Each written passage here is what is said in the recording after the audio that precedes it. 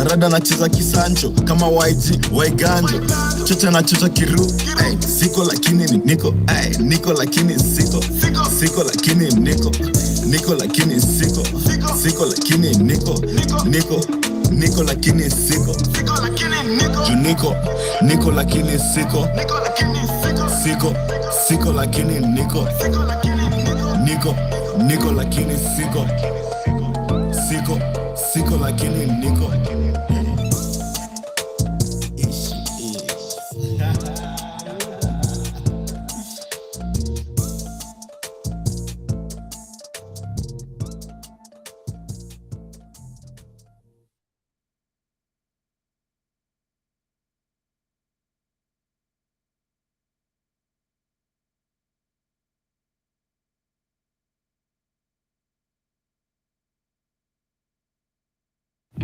I'm Daba Mandela. This is my Soweto travel playbook. Growing up in Soweto.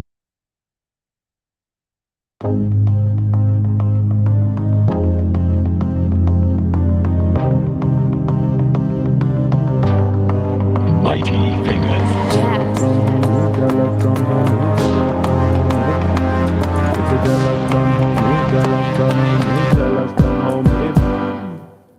I make mountains out of molehills, and it can be quite the scene. Think about how far I've come and my life looking greater than it's ever been. If I could eat my pie in the sky, it would be just my thing. Sipping on my champagne and my life looking greater than it's ever been.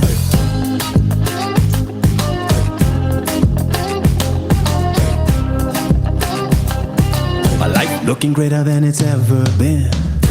How did you rise so fast, so high, and not melt your wings in the sun?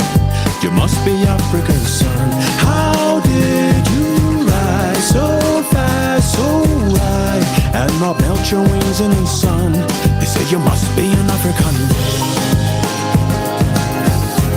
They say you must be Africa's son. They say you must be an African. They say you must be Africa's son. You must be an African. I don't know about my haters, but they should know about me. Keep me humble, oh God. My life looking greater than it's ever been. I overflow flood. My pockets are full of greed. Even on my worst day, my life looking greater than it's ever been.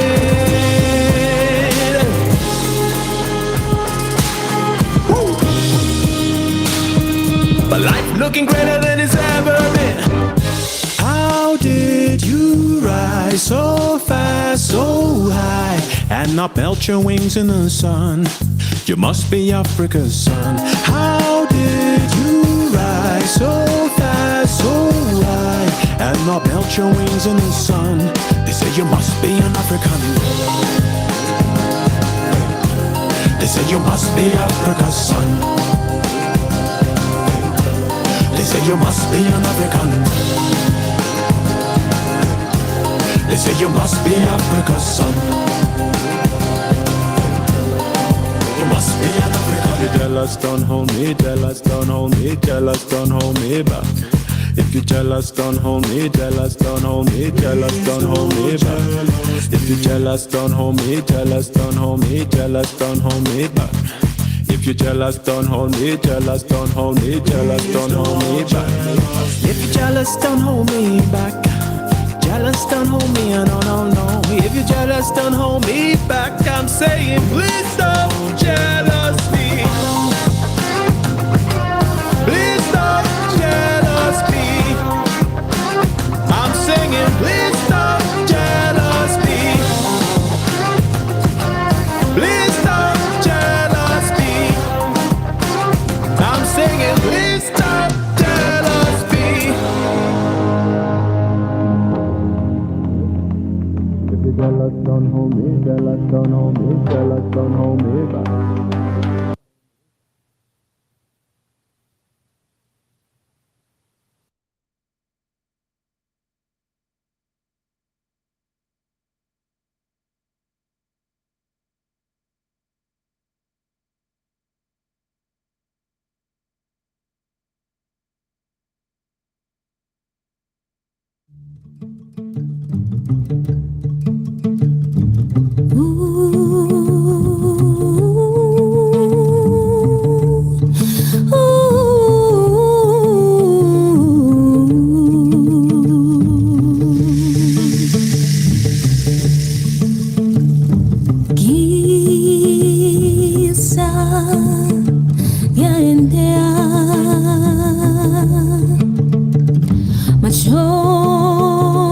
Machozi kama mvua yatoka juu,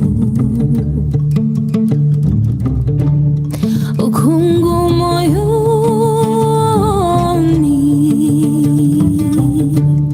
uoga yanijaa, ninazama nikiwa kimya.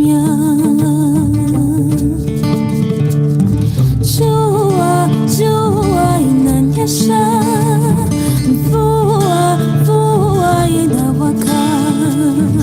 Jua inanyesha, mvua inawaka.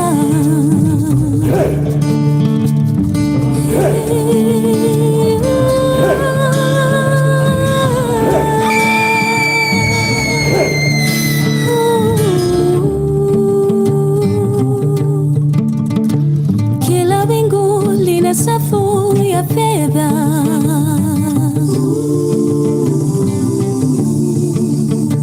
kila siku jua lipya linatua. Sasa ninapaa, nipo mawinguni, nimeamua kamwe sitavunjika. Nina uwezo.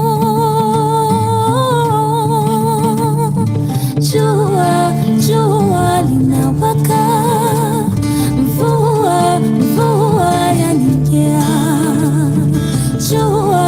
Jua linawaka, mvua yanijia. Jua inawaka, mvua yanijia. Jua inawaka, mvua yanijia.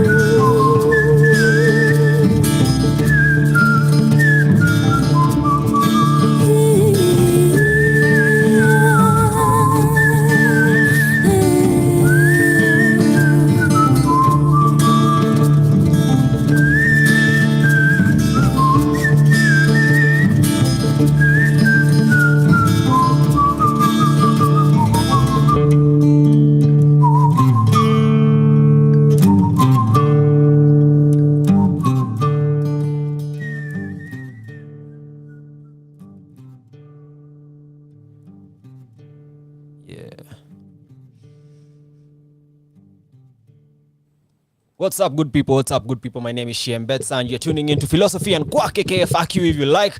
That was Liboy's voices in my head playing, and before that we had the king himself, Tetushani, blessing us with Don't Jealous Me, aka Africa Sun. Okay, the song is called Africa Sun, but I like the Don't Jealous Me, Don't Jealous. That song is fire.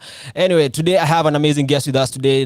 He's a good friend of mine. We do comedy together. We have done a few skits together. We have done a lot of things together, but I feel like he should introduce himself. My name is Bana.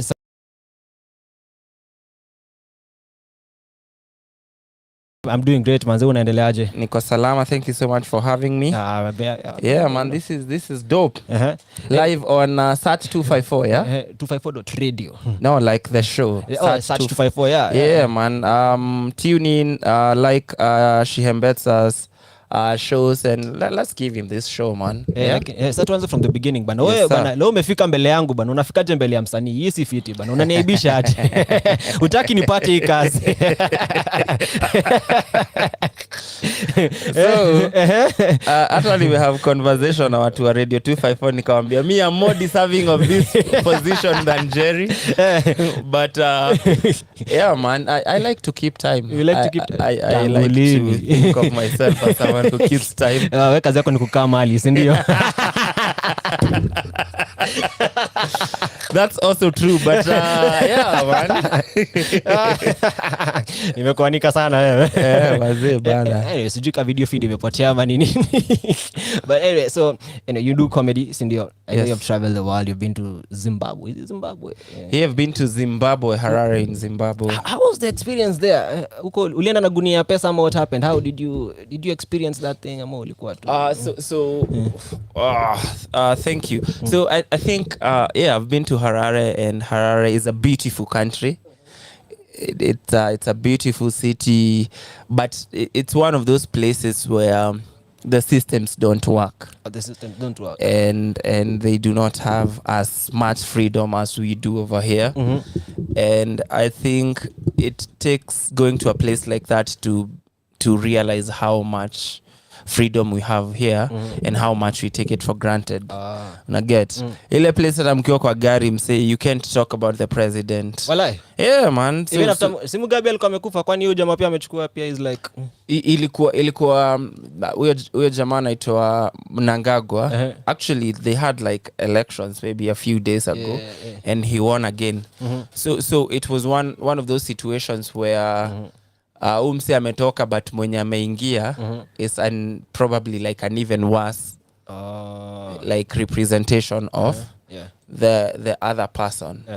So ilikuwa tu ni continuation ya more or less how Mugabe was. But now he's more strong and you know. Yeah man, so but anyway, so unamaanisha like okay, you say the systems don't work. Yes. Me asking everybody complains in Kenya, oh the systems don't work, the system don't work. What is the difference between there? Bro, systems here work. Systems gani hizi unaongelea bro? So I'll give you an example. Unaona Kenya power yao inaitwa Zesa. So akunaga stima like more than 6 hours every fucking day. Fuck. Asi tukipoteza tu for like 10 minutes shanza kuzia. Tumeingia Twitter hapo KPLC bana. So like so uko wasi hata like hawashtuki juu wanajuanga tu. Like washazoea. Indo system and you're like this is not normal. Like sijui mbona mko okay na hii story. And I'm like whatever man, we charge our phones at night whatever, ikifika 4 am stima zimeenda, tutarudi jioni. Hey, so mchana hata hakuna bro. Enda upige juu sasa huko ni kukaa tu kwa mawe tu like so unacheki ile place kuna area ya State House hapo you can't walk, you have to run. Hey manze, kwani ni high school? Shule mzima inaraniwa ka high school bana. Bro, like bro wala sasa alikuwa anasema hata gari ikatobokea mguu hapo kwa fence ama karibu na State House. Wewe iache uende. And it's that bad. Yeah, that's what I'm saying. Like we have systems that work and we have like a country that bro, just you say whatever the fuck you want and that's that. Because huku najua most of our issues they are nuanced. Because najua tukicomplain, we usually think we have it bad, you know. And I feel like many Kenyans take this for granted. That's why I say I love Kenya, because there are things you can get away with in Kenya. Unaweza enda Twitter utukane hapo president na nothing happens. And sisi tunaweza kosa ku realize how important that is. But bro, you get like that's everything. Like I feel like that freedom of expression and freedom of speech is the foundation of any country that works. So everything else in us stem from that I can say whatever I want whenever I want. And so unapata if you can't do that, unaishi tu kainchi kakona uoga flani, like ushai feel tension. You know how you feel like there's some tension with these people. Yeah, it's like when saziliani umepatana na DM yako na ex wake alafu na feel nikako na kitu. Like you can't see ati juu umetusiana, but you can just tell hapa kitu hiyo. So how did you perform? How's the performance though? Did you like it? So kwanza ulifanya minutes ngapi? I did like maybe 7 or something. Best performance in your life. It was really dope. There are some guys called the Slick Comic and some other guy called the Comic Pastor. So they're like huge in Harare. So I jumped on their show and I did really well. I've shared some clips online about that performance. Speaking of online, what is your Instagram handle? Watu anze kuingia hapo sai. So Instagram najita Maina Munene, Maina_Munene. Yes, exactly. Go in there and do the thing, bana. Usikose ingia hapo ndani. Yeah. So ulikuwa umepatia pointers like don't talk about this, don't talk about that. Ama ilikuwa ngatu enda tu ufanye vile utafanya. I think for me ilikuwa and this is like something that I'm like at the forefront of saying, listen, if you're a comedian and you're traveling outside Kenya, just be culturally sensitive. Yeah. Like, no, does this work here? Do you guys talk about these things? What's an equivalent of this here? Do you have terrorism? Do you have public transport? Like all these things where it helps you get a better understanding of where the people are culturally. So basically read the room. Yes. But, and it's not even like the room, more like read the country. Najua pia ulifika TZ. Pia Dar es Salaam. I've been how to the Dar es experience Salaam. there compared to Zimbabwe and maybe Kenya, najua. Ama ilikuwa tu same WhatsApp group, different situation. No. I think I had like in terms of like a show, I had like a better show and a better reception in Zimbabwe than I did in TZ. But I think mainly because the room that I did in TZ was a small room that was also like one of those hard rooms. Yeah. And I did quite well given the circumstances. And I also have like a clip online from that performance. But I feel like Tanzanians as a people are not very receptive of Kenyans. Like there's this, that kabif, that rivalry of you Kenyans. Yes. So there was that tension, but also in terms of like the country and the freedoms that they have, they also have quite limited freedoms. Internet is very expensive in Tanzania. Shit.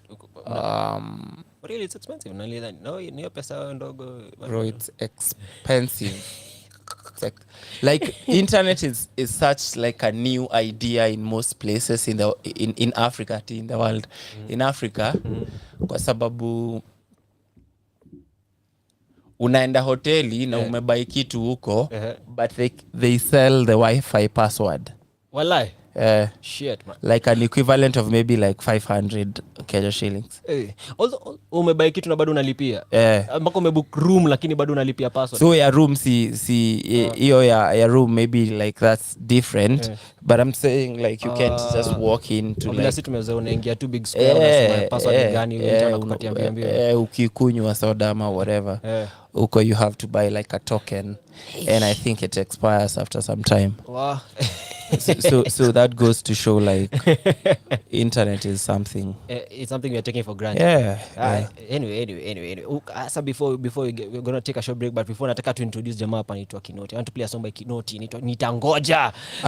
Kinoti is a beast. Bana uliona mambo yao pale Sarit Center bana. Kinoti and Ethan Muziki manze, those guys. They're doing the thing. Sasa let's take a moment and just appreciate their song before we talk about that situation and what it means for the Kenyan community. This is Filosofee and Quack, F.A.Q if you like. Hapa niko na Maina Munene. Yeah, Kinoti Nitangoja.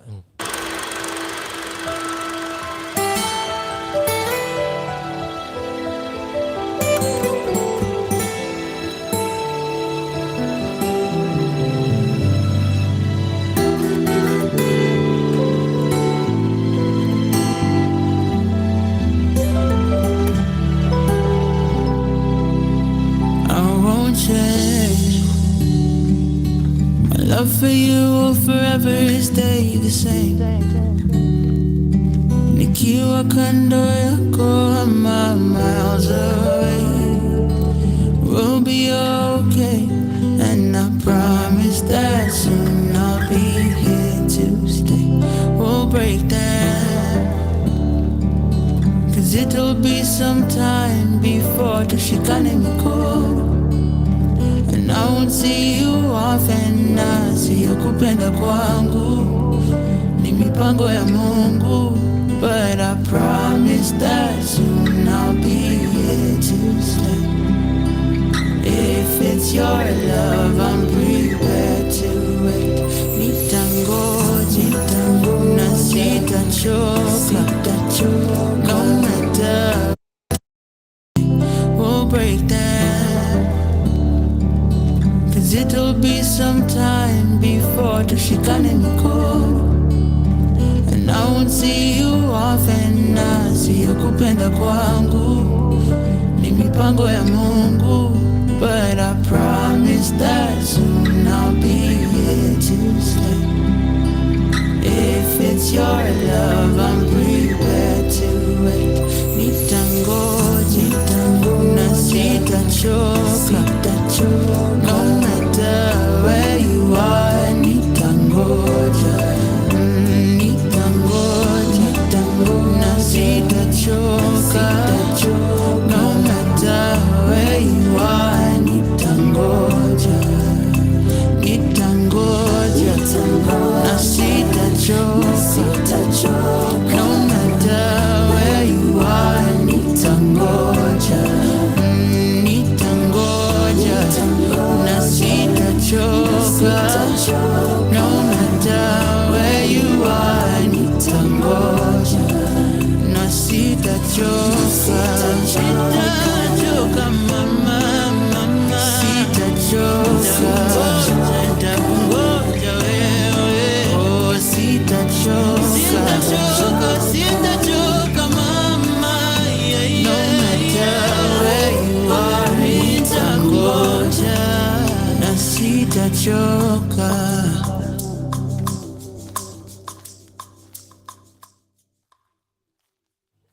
Yeah. Welcome back to the show, man. It's Filosofee and Quack with me, Shiembetsa. Na hapa ndani tuna maina munene tumerudi tena. That was Kinoti with Nitangoja. If you haven't listened to the guys' EP, it's called Green Room. That's a fire EP. You should go listen to it. But let's talk about the history they made with Ethan Muziki pale Sarit Center, bana. Maina bana, uliona hiyo maneno pale Twitter? Bro.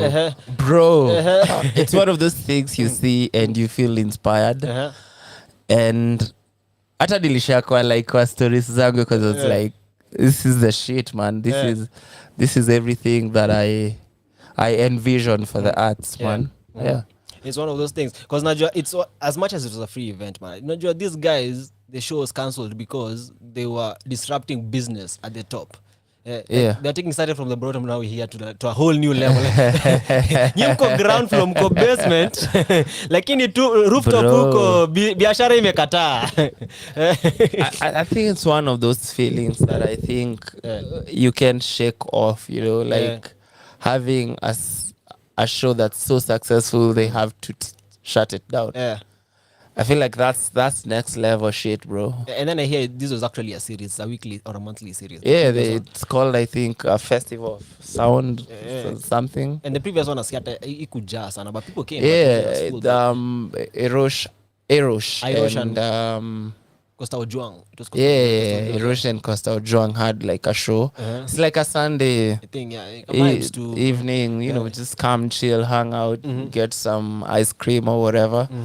And just vibe, you know. I think they had not like anticipated, because the way they've set up the show is, it's not for like mainstream artists. So wako like, we're just looking for like a thing, maybe 200, 300 people. Just a chill Sunday evening. Tuone vile itakuwa. Punde si punde. Hata pali pa kuweka parking hakuna. Inabidi kama umekuja na vitu unaweka kwa mfuko nenda nayo. Bro. But I feel like people don't really understand the impact of this, what this really means, because for the longest time unajua promoters wamekuwa na mchezo ya kuchase numbers, unajua. And we've had this discussion before where we feel like sometimes when you're curating a lineup, it's not about the numbers, it's about the experience. we're having the same conversation with Manu the other day. Yeah. And I feel like that is often overlooked because imagine najua sasa sahi Kinoti na Ethan the promoters watakuwa nawafuata. But now imagine if a promoter was smart enough to book beforehand. Yeah. Angekula aje unajua because these are loyal fans I think when it comes to promoters, and understandably so, they look at the numbers because that's where the money is. Yeah. So a promoter is not here to help you build your craft. Yeah. They are here to make money off your craft. Exactly. And the only way they make money off your craft is if you have enough numbers for them to use and leverage to make money, or maybe like top off maybe like a few more to make profit. Yeah, and make some money. But I think what the likes of Ethan Muziki and Kinoti and even someone like Erosh is that they're eliminating the middleman and going directly to the fan. Yeah, exactly. And when you do that, it means if the fans fuck with your shit, then they will show up. Yeah. You get what I'm saying? Yeah, I get what you're saying. Yeah. And even like someone like Erosh has a show end of this month. It's called Folk Fusion. Yeah, Folk Fusion is a big deal. Yes. So that's something that he has built from the ground up, and now it's like a proper festival where advanced tickets go for like 2 Gs. You know, like it's like a proper thing. Yeah. And then what I like about the event is like the lineups you are to always part up like who are really established. Yeah. Most of the lineup is upcoming artists. And it goes back to what you're saying, like that's an artist who's curating an experience. Yeah. So for them, they don't care as much as about the numbers, but they care about the quality of the show. Yeah. And just basically like creating an experience where even newer artists who are really good get an opportunity to showcase. Exactly. And I think that's the beauty of any shows that are run by artists tend to be more successful than shows that are run by like promoters who are like not artists. What do you think? Case study maybe Blankets and Wine or something. Yeah, Blankets and Wine, it's run by Mudhoni. Yeah, she's an artist. But that's why I think we were having a conversation with someone a few years ago about like you're saying there are no festivals in Kenya. Yeah, and I think we might be on the cusp of now starting to experience festivals because the Solfest is a big thing. Yeah. But it's still not a festival. Ukiangalia things like Lollapalooza. There's this one here, Travis Astroworld. If you look at there's this Coachella. Yes. It's a weekend thing, and then ukiangalia lineup vile imechorwa. Yeah. What do you think is stopping us from having a festival experience in Kenya? Yeah. I think it's the culture of let's just do what works. So I feel like someone did like an event with this setup and it works. Yeah. So people are afraid of having like shows where you have like 5 stages and all these things because the cost of producing such a show is crazy, but also the returns are not like guaranteed unless it's like crazy successful. So I think it's just the idea of this works. Yeah. If it ain't broke, don't fix it. You get what I'm saying. But I feel like the industry, but Tusker Oktoberfest inajaribu because nimeona pia wako na venye like their lineups are not very strict. Unaona someone like Mutoria when you're still coming up. Alirushwa huko and right now he's growing. He's like a regular feature and he has a really huge fan base at the moment. Yes. Unaona, so there are arenas and everything, and I feel like we need to find a way that we can merge both. But speaking of that, we have a series called The Government Spokesman that has been making waves on Twitter and other places. How do you guys come up? It's a collaboration between you and Justin Wanda. Yes. And a few other people there. How did that happen? Mlianzia wapi? So I think the idea for Government Spokesman is an idea we've been toying with Justin, who's like the creator of the series. And Justine is just like this. She's like a genius of sorts. And so you're like, this would be funny. And the fight we had was how do we create it? Like, what within which world does this person exist? Like, do we have all these things like setups and everything? But I think eventually we were like, let's just do it in like the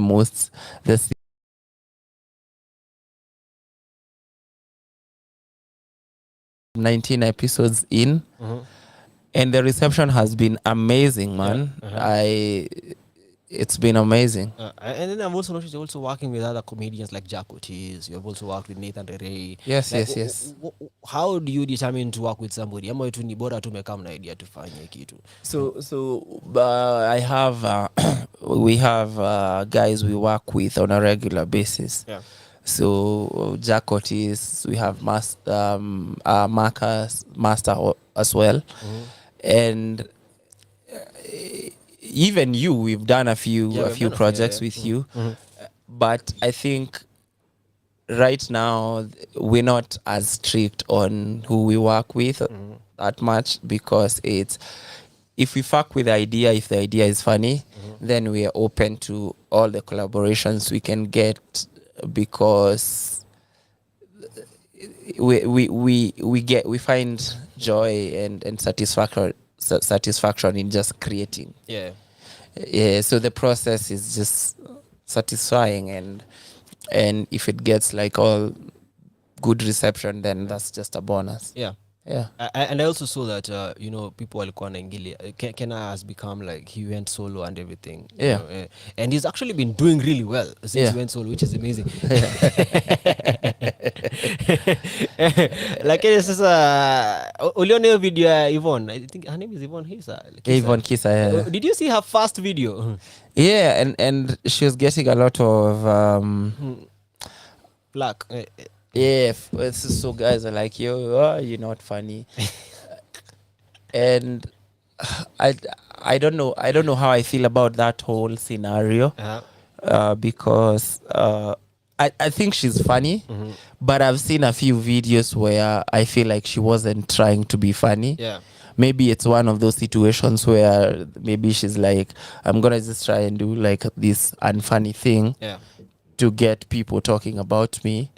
And increase the engagement and whatever. It's a complicated game, showbiz.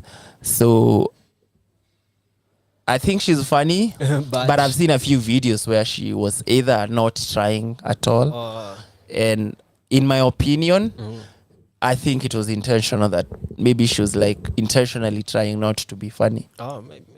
Because people do weird things out here.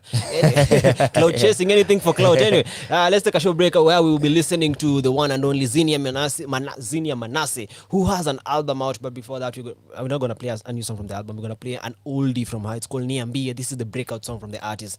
Thanks for tuning in. This is F.A.Q, Filosofee and Quack with me, Shiembetsa. This is Niambie by Zinia Manasseh.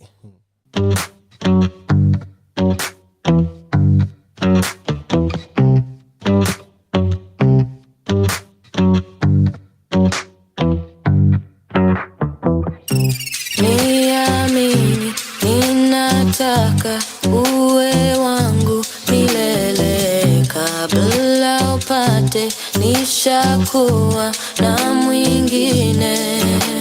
Niambie, niambie ni mimi, niambie, niambie ni mimi. Sitaki kujua mwingine, sitaki kujua mwingine, sitaki kujua mwingine, sitaki kujua mwingine. Niambie, niambie, niambie ni mimi, ni mimi. Contemplating my decision on a mission for more. It's such a challenge, got tightrope balance, but it's worth fighting for. Niambie, niambie ni mimi, niambie, niambie ni mimi. Sitaki kujua mwingine, sitaki kujua mwingine, sitaki kujua mwingine, sitaki kujua mwingine. Niambie, niambie, niambie ni mimi, ni mimi.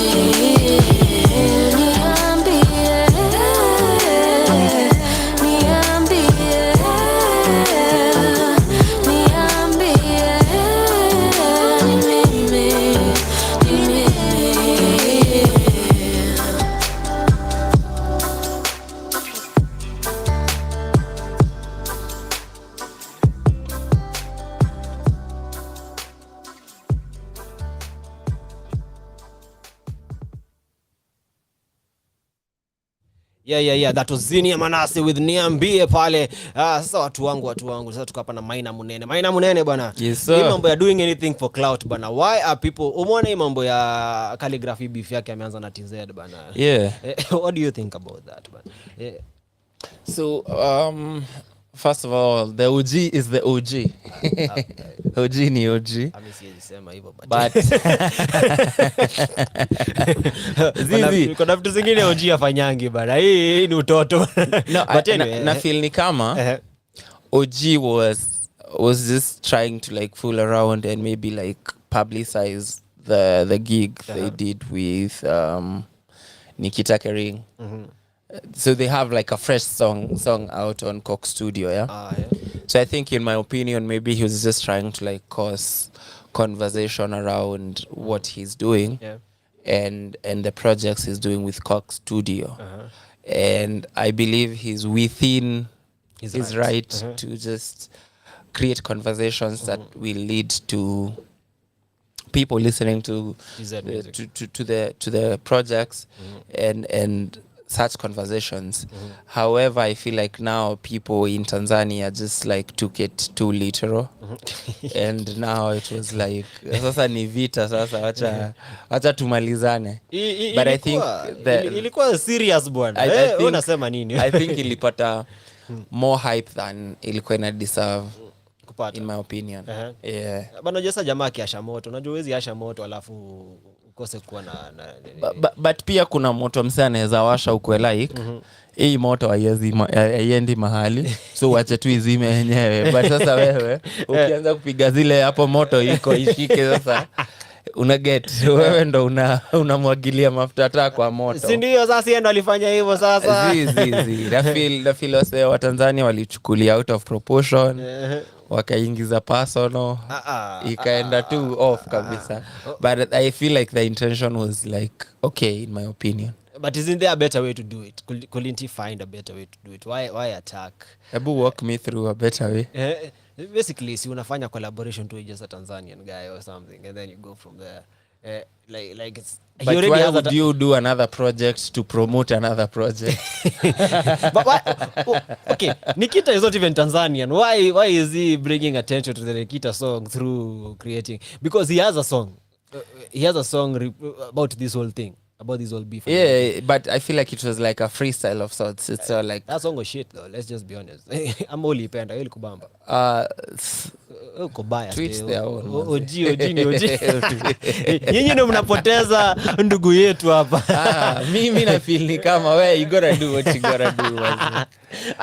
Isn't there a point that you have to be like the art comes before the cloud? Ama wetu bora tu numbers ndo zinaongea. Zizi. I'm a firm believer of work. Like we put in the work. Alafu like maybe 80% work, 20% clout. Yeah. But huwezi kuwa na clout yenye imezidi kazi yenye unafanya. Yeah. So that I'm like totally against. Kwa sababu even our vijana we're talking about the likes of Ethan Muziki, Kinoti, they're pulling all these numbers without clout. Yeah. It's just purely good work. Yeah. And people fuck with good work.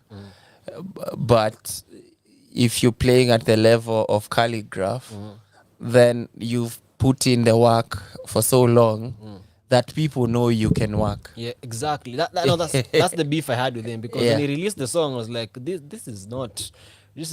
What if it was intentional though? It is intentional. Like saying na OG. Once you get to a certain level, there are things you're not supposed. Unaonanga Jay-Z akifanya vitu za clout up. Ushesikia Jay-Z. Just an honest question. So wewe ungependelea afanye nini? OG should just focus on the music. At this point, he should just be releasing bangers and bangers and bangers and bangers. But he is not doing that. Anaanza kuleta moto hapa, mara toa tint, mara sijui nini. Like there's always every time he wants to release a project or do something, there must be some weird shenanigans. And I feel like that's the formula in Kenya. Like Willy Paul, every time he wanted to release a song, he always teased like he's getting married to someone. Unakumbuka? Maka people told him you have to stop doing that. Yeah. And I feel like that kills the essence of the craft. Wacha ngoma ionge. Like Nyashinski really, ushesikia Nyashinski, apart from hivi sanga vya juzi, he really has anything happening na ngoma inatolewa tu then unaona I have so much more respect for artists wenye hata wakadinali manze wanachomoa tu wanachomoa tu baada machikia ngoma yao mpya hii inaitwa chunga no chunga man chunga is a dope song you that got video is fire but Loki is doing the thing manze manze so OG na the whole Tanzania beef potato manze it is what it is. But anyway, let's talk about now your comedy because najua you're more of a comedian than a musician. Nimekupeleka sector yenye hata ujui vitu mingi. No, I'm an artist, man. I fuck with all forms of art, man. Najua but now let's talk about the things that you do ile ndo msanii sasa. Take me through your comedy journey, but this is a conversation we've never had. How did you, because najua first of all you came from Laikipia, yes, and then you came to Nairobi. Kulienda aje ukatoka huko kama uko comedian because mtu akikuja Nairobi najua kitu kwanza ni kutafuta kazi huko kama uko msanii. So nikikam Nairobi sikuwa nakuja kwa comedian, like I had started watching late night shows and such stuff. But sikuwa nimekuja kwa comedian. I wanted to be a writer. So I write for film and TV as well. So that's what I wanted to do. And I was unable to do that because I was not in Nairobi. So everything artistic in Kenya happens almost exclusively in Nairobi. So that was the reason that I came to Nairobi. And I didn't just come. I had I came for a job in Machakos. But sasa vile job iliisha, I think that's the point when I decided to just focus on the arts. How I I performed, how I got into stand-up itself was, so I texted Doug Mutai, stand-up collective, and I was like, yo, I want to write for stand-up comedy. I want to write for you guys. Diversify my interesting idea for me. So he tells me, yo, come to Two Grapes. Let's have a conversation. So we met with Doug at Two Grapes. And so he suggested that I perform because I would be a better stand-up comedy writer if I was also a performer. Yes. So hiyo siku tulimit nikapanda stage and I did my first set. That was on 9th December 2020. Yes, 2020. Ulianzia blues ama ulianzia wapi? Zizi my first stage ilikuwa Two Grapes. Nice. So nilienda blues. And how was the Two Grapes thing? I didn't bomb, but I also didn't kill. Like it was okay. One of those performances that are like, it's an okay performance. Like at least you could prove like unaweza sema unaweza chekesha watu. Nilichekesha wase na zilikuwa unajua zile performance unapiganga and then wasa wako like awesi mara ya kwanza una perform kitu. So I had those and then it's been downhill from there. Wacha kudanganya watu sense. That first day was the highlight of my career. Umekuwa hatari siku hizi mpaka unavaa combat stage. Ile combo nikivalia move bomb kila time. Si ndio siwendi uko sawa umevaa nguo ya jeshi unataka aje. So how do you approach your comedy? How do you go about it? Are you one of those, can you define, do you have a specific style you go for? Ama tu nile mse tu tuende like, because personally I know I'm a storyteller. I feel like I tell jokes based off on my life experiences. And a few observational material here and there, but I just let the joke take me wherever it wants to take me. So I wouldn't say like I'm locked on one specific area of stand-up or delivery or performance. I'm just a little of I'm gonna tell the dick jokes when they come. I'm gonna, just dance around different topics and see how that turns out. Because stand-up comedy is a beautiful game and it's silly and not serious. So I'm not one to take it all the way seriously and say I'll never do this. This is the only thing that I do. Yeah, man. I understand. Anyway, let's take another short break now. Let's listen to Karun with the pen and the paper. This is Philosophy and F.A.Q. Leo niko na Maina Munene in the studio. I hope you guys are having a good time. If you're not having a good time, nitumie message pale tumenyane vizuri. Anyway, this is Karun with the pen and the paper.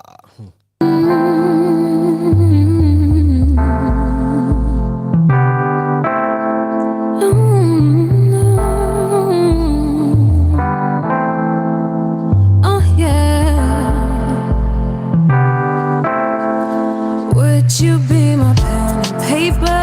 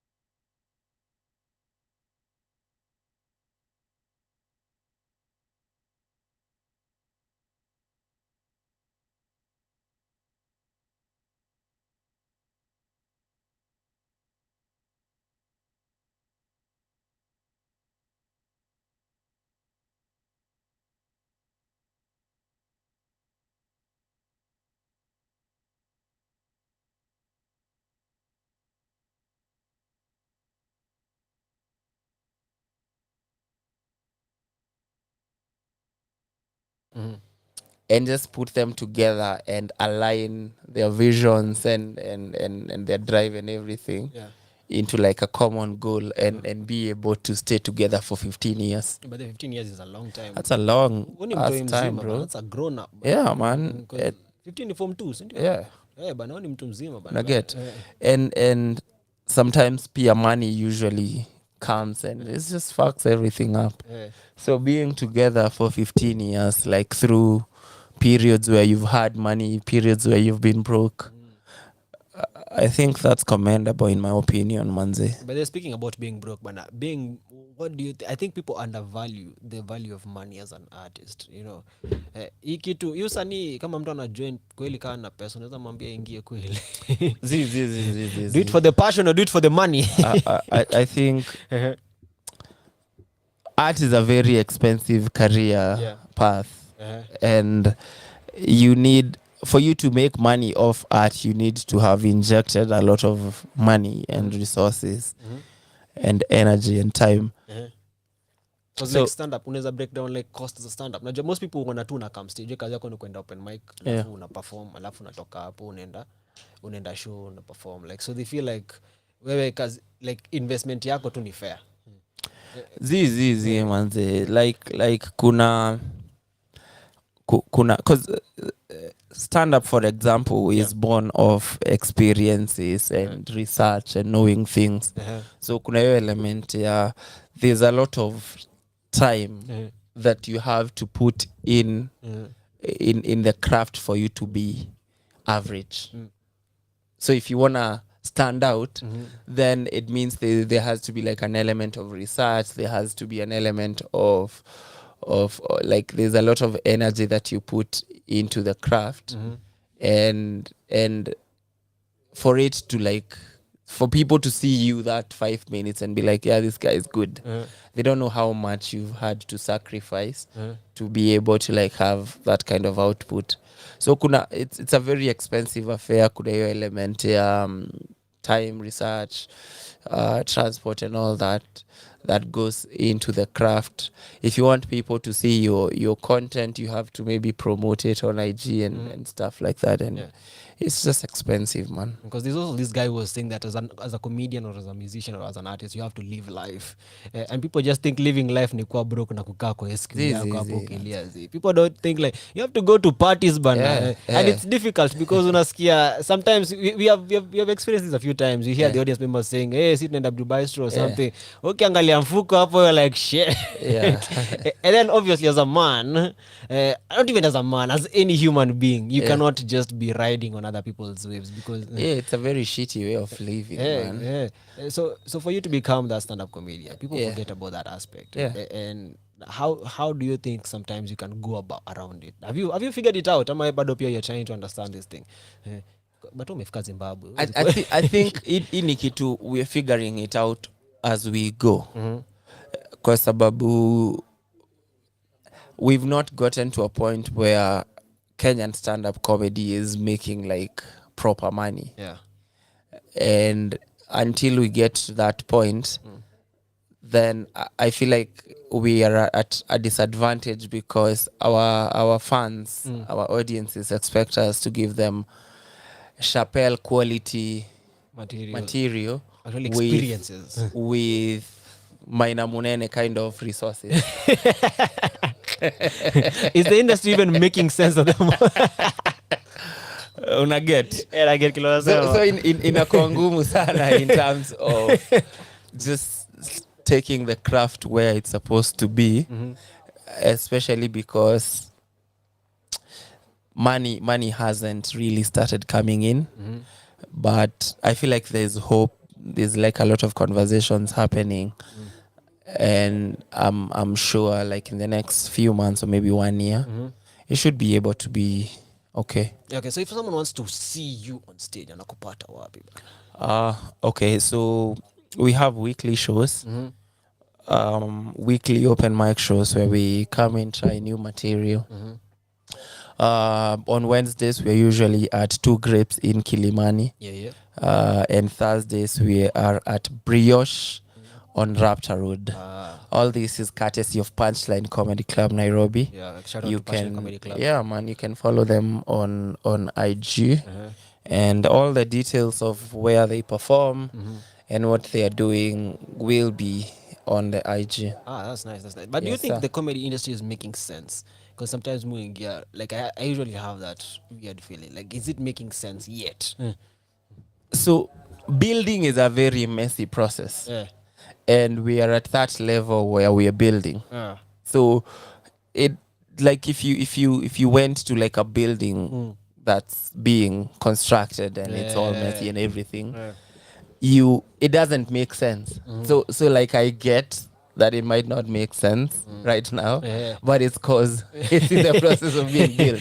Unaget? Si tunaweza elewa lakini mafansa waelewe. So kuna kuna the final product itakuwa perfect, but right now lazima kwanza to figure out all haijapigwa plaster, it's just it's under construction. That's all I can say. Okay, so Yeah, okay, right now you have requested for 2 songs. These Yes, are some sir. of your favorite artists. So we're going to play Irosh Maheni and nimeona pia Brandy Maina.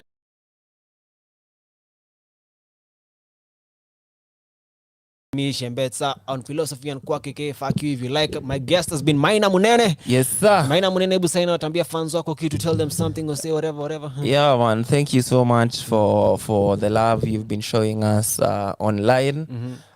Keep watching the content. Keep coming to shows. Keep listening to Radio 254. If you want to follow me on IG, you could. It's at Maina_Munene. TikTok, it's Maina Munene _. Facebook and YouTube, it's Maina Munene. Nice. That's been Maina Munene. He's an eccentric entertainer. Guys, it's been me. My name is Shiembesa. This has been Filosofee and Quack. I want to sign out with Irosh and Brandy Maina. Join me tomorrow, same time, from 12 to 1, where I'll be talking to a good friend of mine. His name is Mwaluma. He's also a very, very talented photographer, talented visual artist. He's working his way up in the industry. And I hope you guys had a good time. I had a good time. I hope you guys have fun. Go there, like, share, subscribe, do the thing, support Radio 254. And I'll keep saying this, manze. Thank you guys for tuning in, and this is me signing out. Bye-bye. New track blazing the fire, my head.